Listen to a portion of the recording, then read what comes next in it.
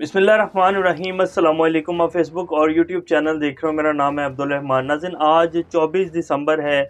इस्लामाबाद से कुछ ताज़ा तरीन अपडेट्स और इमरान खान साहब ने सहाफ़ियों के साथ ताज़ा तरीन जो है इंटरव्यू दिया है, उनसे बातचीत की है और उन्होंने जनरल बाजवा साहब के हवाले से कुछ बहुत बड़ी जो है इंकशाफात किए हैं। अब नए ये जो इंकशाफात का सिलसिला है, जैसे कि हम लोगों ने आपके सामने पहले भी रखा था कि ये सिलसिला अब रुकेगा नहीं, ये हर आने वाले दिन के साथ इसमें जो है बहुत सारी चीज़ें ऐसी हैं जो अभी खुलकर सामने आएँगी और बहुत सारी ऐसी हैं जब वो खुलकर सामने आएँगी तो आप लोग हैरान रह जाएँगे कि क्या-क्या कुछ होता रहा है पाकिस्तान में और क्या-क्या कुछ नहीं हुआ।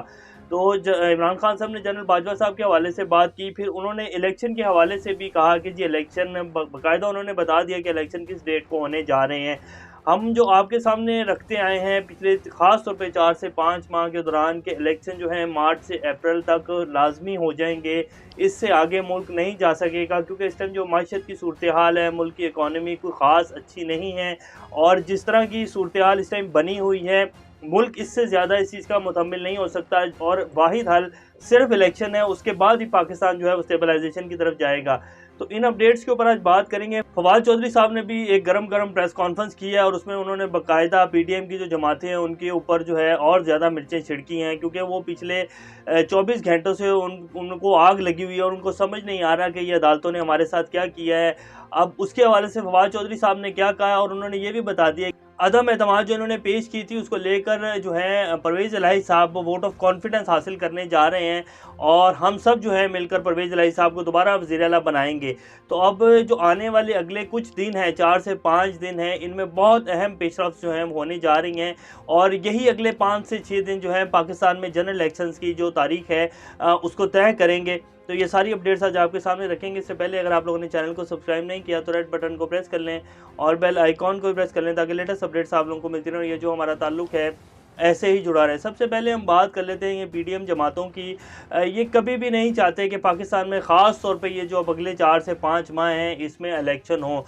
इनकी फ़र्स्ट प्रेफरेंस जो है वो यही है कि पाकिस्तान में भी इलेक्शन ना हो जब तक पाकिस्तान की मईशत जो है वो बेहतरी की तरफ नहीं जाती है, जब तक हम आवाम को कुछ रिलीफ नहीं दे लेते तब तक पाकिस्तान में इलेक्शन बिल्कुल भी ना हो। क्योंकि अगर इस सूरत हाल में इलेक्शन होंगे तो हमें जो कोई 10% भी वोट मिलने की उम्मीद है वो भी नहीं मिलेंगे और हमारा बिल्कुल सफाया हो जाएगा। और फिर शहबाज शरीफ साहब से तो एक फ़िक्रा मंसूब किया जा रहा है सोशल मीडिया के ऊपर। वो कह रहे हैं कि जी ये मत समझो कि अगर इमरान खान आ जाएगा तो सिर्फ हमारी ही शामत आएगी, बल्कि और भी कई गले जो हैं वो फिर आएंगे और भी कई लोग जो हैं वो पकड़े जाएंगे। अब शहबाज शरीफ साहब पता नहीं किन को पुकार कर ये कह रहे हैं कि जी सिर्फ हमारा ही नंबर नहीं लगेगा, इमरान खान के आने के बाद और भी बहुत सारे लोग जो हैं वो फिर इमरान खान की जद में आएंगे, तो ख्याल करो और सिर्फ हमारे कंधे पर रख के मत चलाओ। तो ये शहबाज शरीफ साहब का मैसेज जो है ये चल रहा है और सोशल मीडिया के ऊपर तो बहुत ज़्यादा गर्दिश कर रहा है कि जी शहबाज शरीफ साहब जो हैं वो इस तरह की बातें इस टाइम जो है बंद कमरों के जो इजलास हैं जिनकी कोई रिपोर्टिंग नहीं होती उनमें ऐसी बातें कर रहे हैं कि जी आप सिर्फ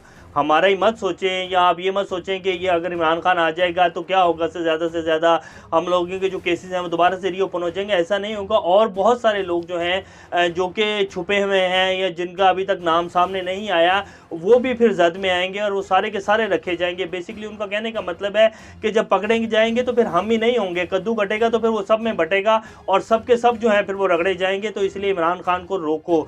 अब शहबाज शरीफ साहब तो ये मैसेज दे रहे हैं। इमरान खान साहब ने जो आज बात की है उन्होंने कहा कि जी जनरल बाजवा साहब की जो मुलाकातें थी और जो उनके ताल्लुकात थे हमें तकरीबन 1 साल पहले यानी कि उनकी 2.5 साल हुकूमत करने के बाद इमरान खान साहब को पता चला कि ये जो करप्शन के केसेस जो हैं हतमी अंजाम तक नहीं पहुंच पा रहे और जितने भी जो मैं चाह रहा हूं कि पाकिस्तान में इंसाफ हो और पाकिस्तान में ये जो बड़े बड़े स्कैंडल्स हैं ख़ास तौर पे इन्हीं लोगों के हैं, ये जो 13 जमातें हैं और ये बड़े बड़े जो बिजनेसमैन हैं इन लोगों के ये जो केस बनाए गए हैं नैब में और जो इनके खिलाफ करप्शन के केसेस हैं ये क्यों इन लोगों को अदालतों से रिलीफ मिल जाता है और कोई भी केस जो है वो फाइनल उसमें नहीं पहुँच रहा और कुछ भी नहीं मिल रहा।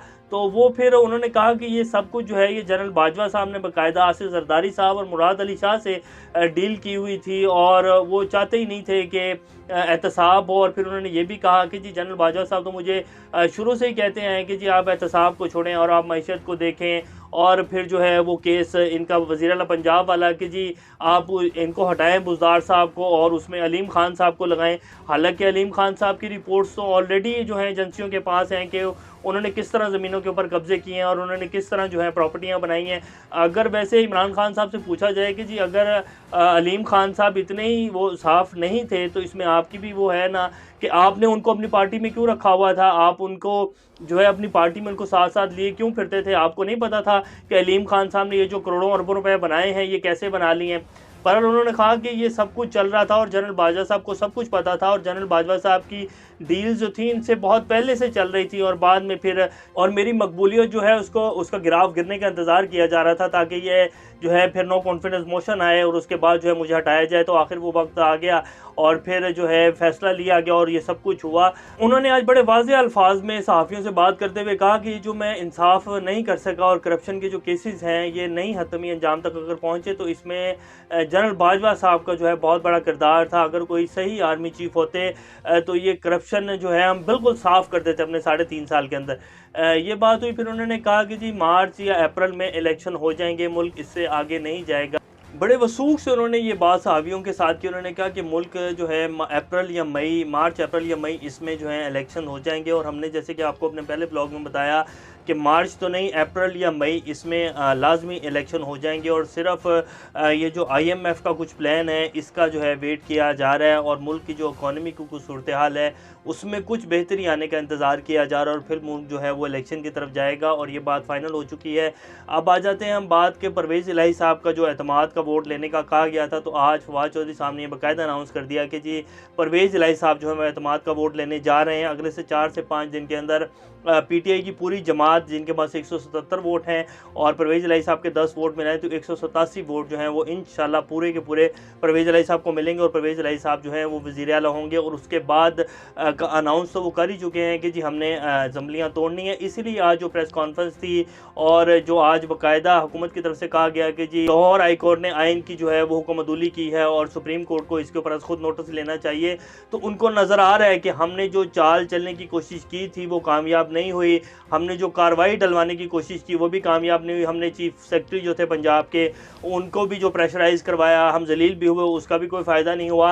तो अब जब ये वोट ले लेंगे और हमारे पास तो वोट पूरे नहीं हैं, परवेज़ इलाही साहब जैसे ही वोट लेके कामयाब होंगे उसके बाद उन्होंने असम्बलियाँ तहलील कर देनी और जैसे ही असम्बलियाँ तहलील होंगी तो मुल्क ऑटोमेटिकली जो है वो इलेक्शन की तरफ चले जाएगा। इसके अलावा और कोई हल नहीं है। तो ये इस टाइम की ताज़ा तरीन सूरत हाल है। बिलावल साहब के बारे में इमरान खान साहब ने जो है वो बात की। उन्होंने कहा कि बिलावल साहब जो है वो कहते हैं कि जी मैं अपने पैसे लगाकर जो है वो दौरे पे जाता हूँ, मैंने कोई जो है पाकिस्तानी स्टेट का पैसा इस्तेमाल नहीं किया।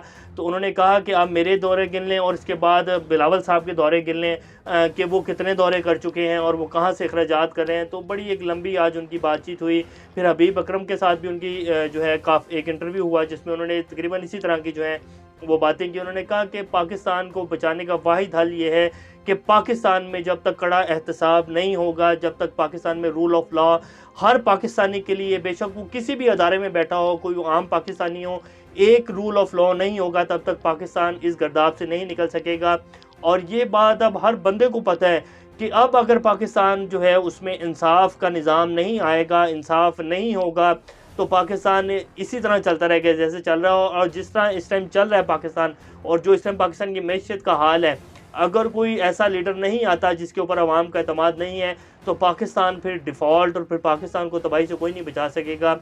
अल्लाह ना करे ऐसा वक्त आए। लेकिन जैसे कि हम आपके सामने रखते हैं कि उम्मीद जो है उसे नहीं छोड़ना चाहिए और होप फॉर द बेस्ट। इंशाल्लाह अच्छे दिन आएंगे और लाजमी आएंगे और इसमें बहुत अच्छी अच्छी खबरें जो हैं आप लोगों को आने वाले दिनों में सुनने के लिए मिलेंगी। तो अभी तक के लिए इतना ही। अपना और चैनल का ख्याल रखिएगा। अल्लाह हाफिज़।